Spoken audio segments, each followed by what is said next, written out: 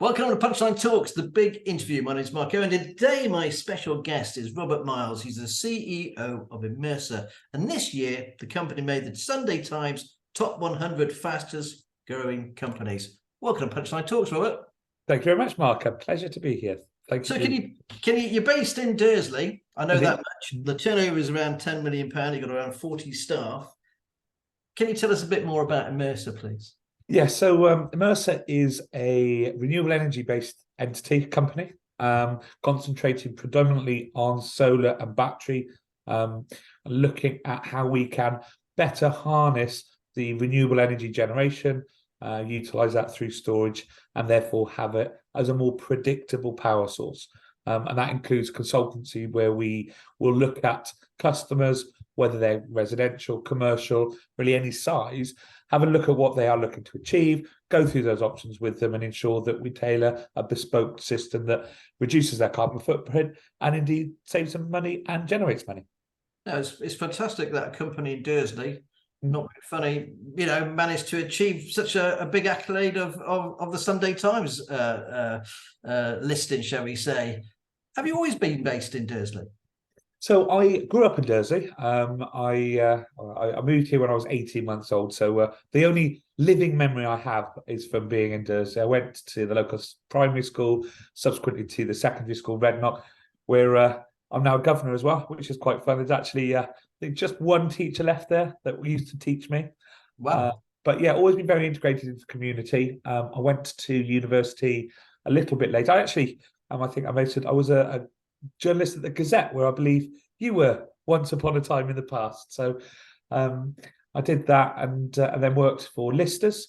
And actually the first place I worked full time was in the very office that we are now in Drake House, which is the only bit left of Listers. So moved away for a number of years and came back here. And it's where my home, where my heart is. And the first concentration for the business is to concentrate on the Gloucestershire area, show that we can fill that through local employees, through training, and then the intention is through our fairly aggressive growth plans is to copy and paste that into every other county through the UK over the next 4 or 5 years.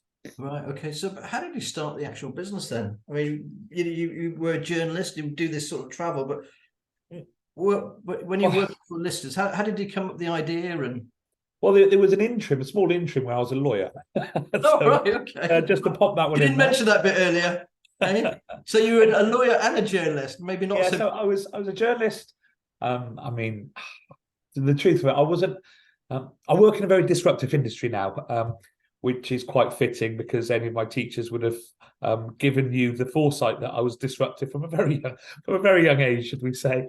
So when I first suggested law, it was met with skepticism, should we say, which point I was interested in journalism as well, and then did a media studies course at Stroud College, and then ended up as a trainee journalist. But it didn't really...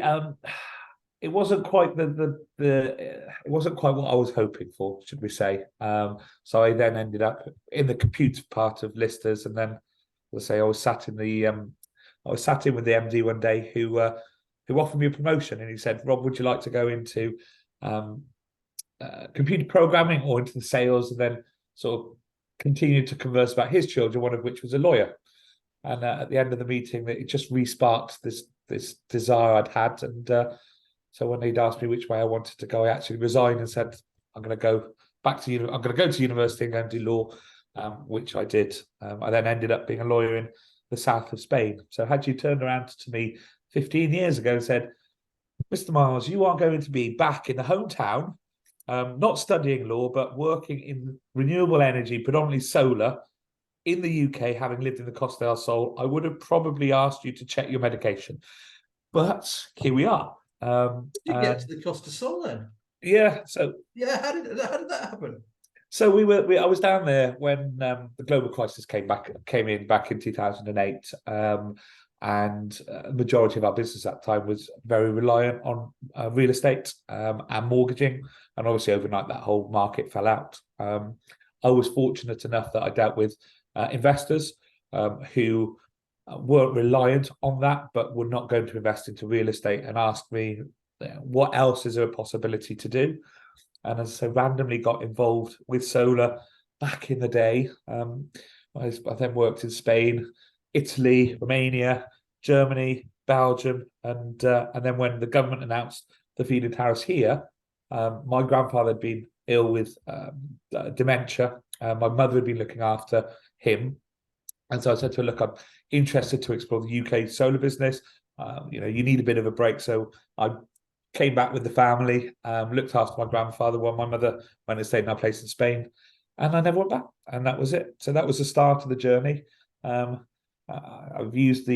think I used the expression when we had our business breakfast, that the name of the solar coaster that we've endured for the last 10 years, which is with subsidies as they reach this peak, or there's a time limit which pushes the business into an artificial inflation, then that subsidy drops and the business drops, and this roller coaster, we sort of depleted until where we are now, which is a non-subsidized industry, which is purely reliant on the energy savings that it brings, which gives actually far better returns than back in the day when you had the higher subsidies. So now we have a really solid, sustainable business. It's an exciting future, but I was working for Centrica British Gas 7-8 years ago, and they were, as many of them are now, they are fairly forward thinking, but inevitably you are aboard a super tanker, but you're sitting in a market that needs the agility of a speedboat. So I sort of built up my courage, went, right, let's do this. And so I resigned from Centrica in 2015 and then incorporated Immersa in April 2016, so 7.5 years ago now. With the intention of looking at the integration of storage. So storage is the latest one that sort of came into this, which, as I say, gives us that predictability of utilization. And here we are today with two very successful businesses, with a growth strategy, an organic growth strategy, which has been really important, not being reliant on venture capital funds or the sorts, which gives us the autonomy to sort of do what we want to do in a way we see fit. And hopefully, touch woods, we'll keep going. What's the other business? Because we haven't discussed that at all. So Alpha ESS, which is the battery. So when we started Immersa, one of the big things was the commercial feasibility. So we put a lot of time and effort into creating a financial model which integrated technology and that application into financial returns.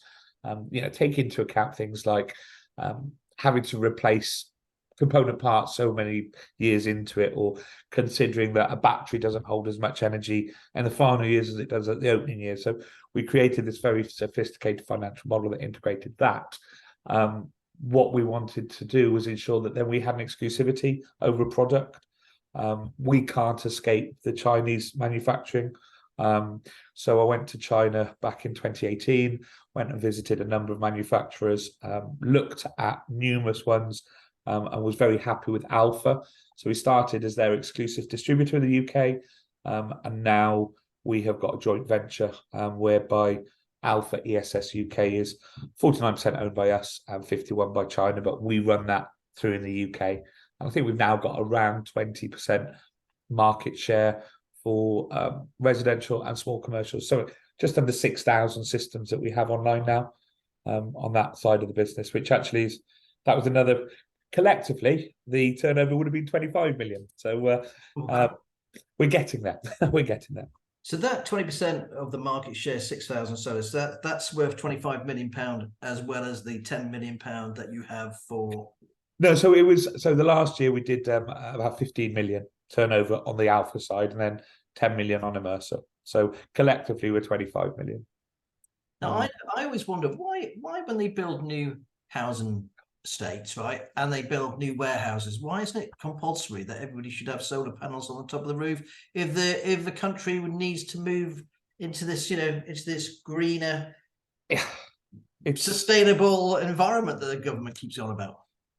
So now, as of earlier this year, tail end of last year, Government announced that any new developments have got to have a minimum of 2.6 kilowatts of solar on each roof, and the planning and layout of those developments should consider benefiting from renewables. So thank goodness we're finally there. However, what we've got to consider is that a lot of planning applications take many years. And so when those applications are submitted, they're submitted in line with the legislation at that time. So I'm being careful. So developers tend to be very profit orientated, and the path of least resistance. So they don't tend to incorporate. We've had conversations with multiple developers, and yes, they are having to now do it to the future. Actually, let me take myself back, because there are some very conscientious developers who hold the carbon footprint and the environmental impact at the heart of what they do, and they do indeed incorporate all of these methodologies and technologies. Sadly, they sit as a minority and not the majority, and even more sadly, it's the big ones that are the ones that are tending not or pushing the minimum. Personally, I think you should give the customer the right to choose. And so we have talked multiple times around offering a green package, which can actually be offered as an additional. You can put it under your mortgage term, so actually the savings benefit are far greater than the additional cost of a mortgage. But it's sadly in this industry, you literally have to drag people through kicking and screaming, and that's sadly one of the biggest challenges we have in this industry still. Because to me, it makes sense, common sense actually. If you're getting a mortgage anyway, and you probably are thinking you're going to stay in that house for at least 25 years or 15 years, it makes sense that you'd actually get the biggest benefit of having solar panels, because I mean, absolutely. One of the big things that we do when going through how the benefits of the system are, there's a lot of people who may be sat there with some money in an ISO or something like that. And unless you're paying the bank, your interest rates are very low. It's only when you pay the bank the interest rates are high. If you want to secure a decent interest rate, you probably get 3-4%, and we may see that increase obviously with the current market. But even if we were to say take an optimistic 5% interest rate from a bank, what we're seeing with these systems, depending, a residential system, we're into the low teens on that genuine rate of return on that investment. With commercial customers, we're seeing it into the late 20s. So if you were to go to somebody, here's an investment for you, as long as you have to pay for electricity, it will be beneficial. Put it in a side pot instead of sitting it there. Take the savings that you're making for your energy, invest that back into your bank, and your return is going to be 3-4 times better than what you see from a traditional lender, whilst also having a significant positive impact on the environment. So it's those sorts of things that we're trying to educate people around and explain. Now, obviously, you've been going for 7-8 years, running 2 businesses, technically, or what would you say was the biggest lesson that you've learned along the journey? Because we all make mistakes, don't we? So I'll ask you, what's your biggest mistake, Rob? Apart from this interview, I'll be careful on that one. Perseverance, I think. I mean, mistakes. You need to be sure. You need to, sometimes one gets overexcited with themselves, or take something for granted. And I think that is very much up there. Don't take anything for granted.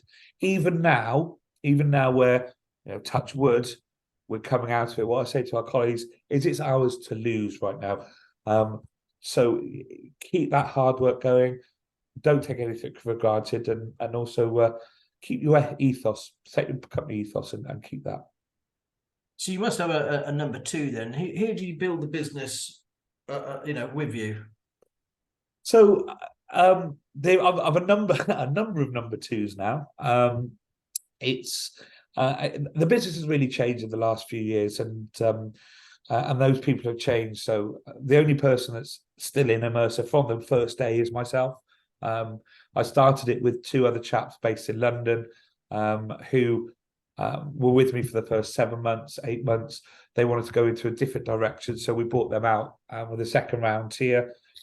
we've done a few changes. But there's a guy called Stephen Bradley who's on the website who's been with me for about 6 years, and now we've got. I can't not list everyone. I've got St. John, I've got Pete, I've got Andy, I've got Mark. There is every single person is as integral as the next, and I think, as I say, we run our pay day on the 15th, and I say the difference is for every employee is that after that, every cog in our machine is the same size, whether you are the CEO or a part-time cleaner. That cog, every cog is required to make the machine work, and if one isn't there for the other, then it all falls down.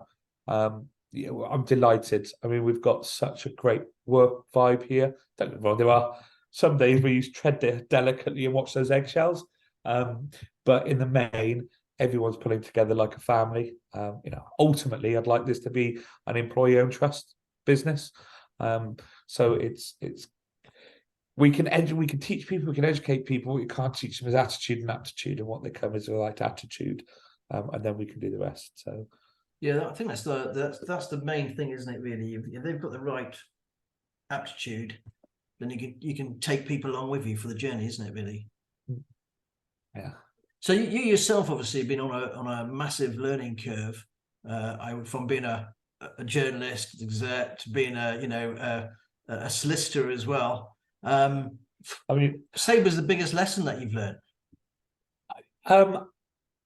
Never thinking too good for something. So unfortunately, about 10 years ago, a business partner left me very much with nothing.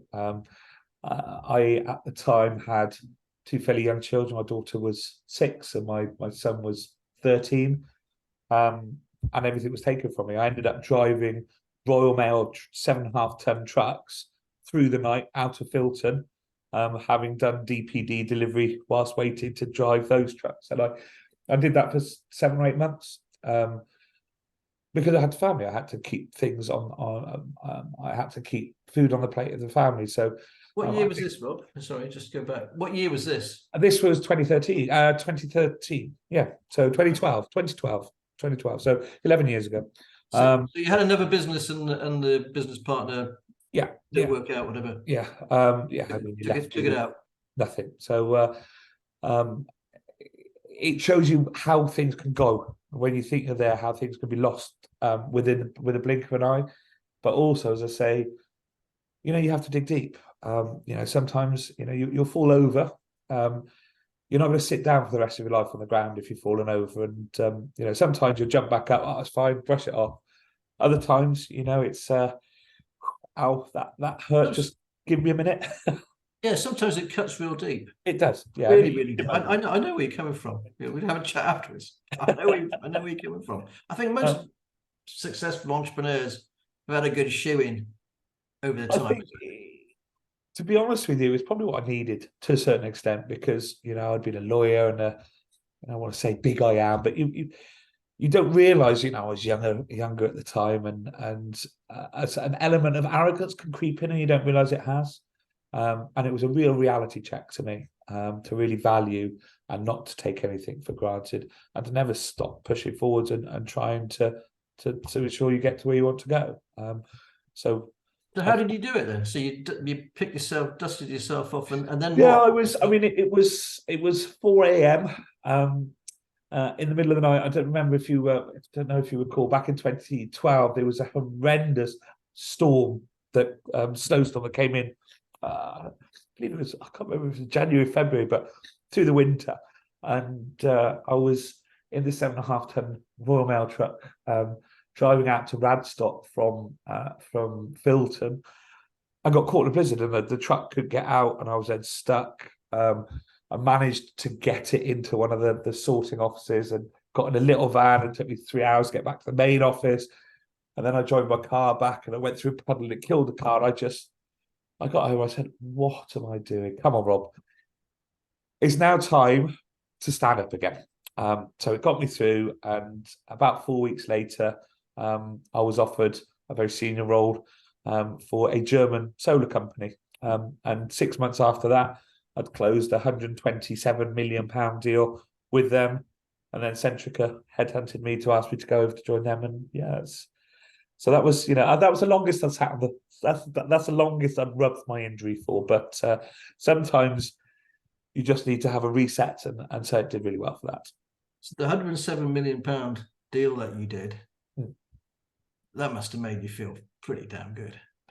Yeah. It's great to know that I was as far advanced as I was in the industry, because obviously the UK was somewhat behind Central Europe. So, as I say, for one day to be given the keys of a 7.5-ton truck, to the next day sitting in an office in, I think it was either in the Shard, or from one side to the other, talking about millions and millions of pounds. It's quite surreal, but I think you've got to look at the money as a byproduct, because if you get too fixated on that, we're doing a transaction at the minute which is 2 gigawatts, which to put into layman's terms is probably about 1,000 40-foot containers full of batteries that are strategically placed around the UK, which will then help balance and stabilise the grid. Now, that as an overall completed, constructed asset is around £1 billion. So when you see what's involved with this industry now and the opportunities that are coming from it, it could take your breath away. But to concentrate on that, you've got to realise that what the motivation for, and we're not motivated. The money is not our motivator. What we're trying to do is give opportunity, accelerate the green recovery, and make the world a bit of a better place than we came into. So where do you feel you could see Immersa in, say, 10 years' time? I'd like it to be a household name, a legacy business, which employs 500 to 1,000 people, where we will be able to look after. Well, I'm very keen about community-owned assets. So the next thing I'm looking at is how we can start building assets that are owned by the local community for the benefit of the local community. I want to see opportunity. Right now we don't have training courses. I think I mentioned last Friday when we were on business breakfast together that you can still go and become a gas engineer as an apprentice, with gas being phased out in 4 years, but there's no renewable energy course for the 16 to 18-year-olds. Nothing. SGS have been pushing. I mean, I've been working with the guys down there some time. They've got the first grant funding through, and they're hoping to have it online in 3 years now. I think it's 3 years. September's 4 years, yeah. So that would have been 10 years from when we first had that conversation. I sit as a governor at our local secondary school, and I see this group of our young kids who, let's be honest, not everybody wants to go to university. I mean, you and I may well have done it, and it appealed to us. It's my daughter will go that way. My son's 25 now. He works for Immersa, having on his own volition gone to night school to become an electrician. And he asked me if he could work here. So I was like, yes, I've been waiting for the day, but I didn't. And he earns his own stripes. But there's that wave of kids who get into year 10 or their GCSEs. They really don't want to necessarily be at school, and they sort of graze or glide through without really any focus on what they want to do. And I think if we could bring some vocational courses into that key stage 4 in preparation to more vocational 16 or key stage 5, 16 to 18-year-old courses, I think we'd see an improved focus for the kids. I think we'd be seeing improved grades because they now have something to focus on, and indeed start getting them going into an industry which is massively exciting and offers many, many opportunities. I mean, it seems just absolutely barking that they haven't trained people up for this or got it going. But, we've got these courses coming for bricklaying, and Gloucester College have now just launched EV, EV charging, EV mechanical training. Yeah, it's taken a long time. To be fair, can you set yourself up, as an with apprentices and then train them So yourself? And is that what you're going to do? yeah, this is what we want to do. I mean, I've got apprentices on now.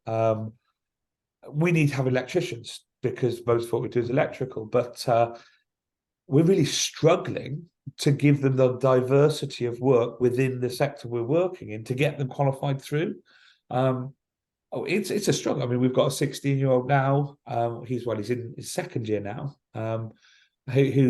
It's difficult. It's difficult to find, and what we actually have to do is find other companies where we give free labour for these guys to go and do what's required. There is, we need to look at this. One thing we want to look at is, we've got it up my sleeve is Immersa Training Academy.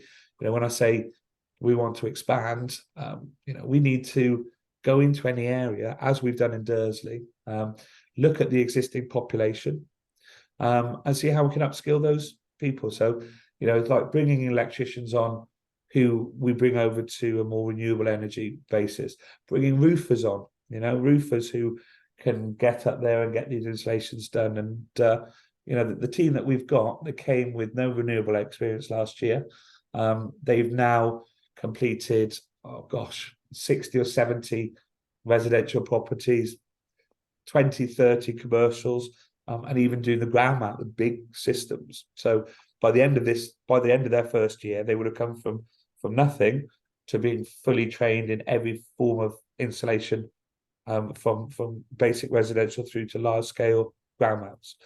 And to show we can do that here, which then becomes a training hub for as we expand, and that's and hopefully at some point there's going to be some more mainstream vocational courses that complement this. But in absence of that, you need to make a solution. I mean, it's the amazing thing is that nobody else has done it. So you have a fantastic opportunity to be the first, isn't it, really? Yeah, there's snippets here and there, and it's fairly siloed. But to have, you can go do you've got something called the MCS or micro certification, a micro generation certification scheme. I won't bore you with it, but essentially it was a consumer practice that came in the early days for consumer protection. So for you to become an accredited solar installer, you needed to do certain bits of a course. It took 3 days to do it. So it wasn't very in-depth, but at least we're seeing some things. Batteries, we put our guys through the MCS battery courses. That isn't currently obligatory. You don't have to have it on there, which is, can be concerning because you're playing with high voltage DC power. Playing, maybe not the correct terminology, but you need to make sure it's right. What we're doing a lot of at the minute. I mean, even this morning, I've been sort of halfway between here and Gloucester, seeing a farmer with an old system who can't get hold of the old installers. They've all gone. He's got big issues with it, and he doesn't know where to turn. So, we're even now looking at going to do health checks on people's system who have had problems in the past, or trying to find somebody who will even touch. Because most of the time people say, oh, that's somebody else's electrical installation, I'm not touching that. And then these poor people are left without anywhere to turn. So we're looking at how we can not only look going forward, but also make sure that what's been delivered already is safe and it's functioning, and that people are positive advocates for this industry rather than having negative experiences. Robert, unfortunately, we're already running out of time. So I've got to ask you some personal questions here, really. So what sort of CD? What CD have you got in your car, or oh my gosh, what's the last album you bought? What's the last album I bought? I think it was the Pink album, actually, because my daughter and myself went to watch Pink, so we bought that. I'm quite eclectic. Dire Straits is always a great. Mumford & Sons, the Levellers, and I go right down to dance music. So I've been to Glastonbury. I was at Glastonbury last year with my 24-year-old son. So I can give me a beat and I'll bob. Great stuff. I like Pink as well. Okay, what's the last book you read? Oh gosh, I'm gonna have to admit this now. Dale Carnegie, How to Make Friends and Influence People. Fair enough. And if you had the chance to own a car, no, actually, what is your first car that you ever owned? My first car was an Escort van, which was quite short-lived, which I had for a couple of months, and then I went to a Mini. So I'd say the two of them, and that was obviously the traditional Mini. Okay, right. And the last thing, but not least, we are really coming to the end. So, what is your top 3 business tips, please, Rob? So, if you're going to go into business, make a solid plan. Kick it, and kick it again. Once you get going and you're going on that plan, hold your nerve, because I think that's the time when it's easiest to let your dreams go and hardest to hold on to it. And just hold your nerve. And then finally, or not finally, actually the top one is the most important thing that you can have as a business owner are your employees. Value your employees like gold, because without them, you've nothing. Rob Miles, thanks so much for joining Punchline Talks today. Really great to catch up with you, and all the very best for the future. Many Thanks. thanks. Cheers, Bye. Mark.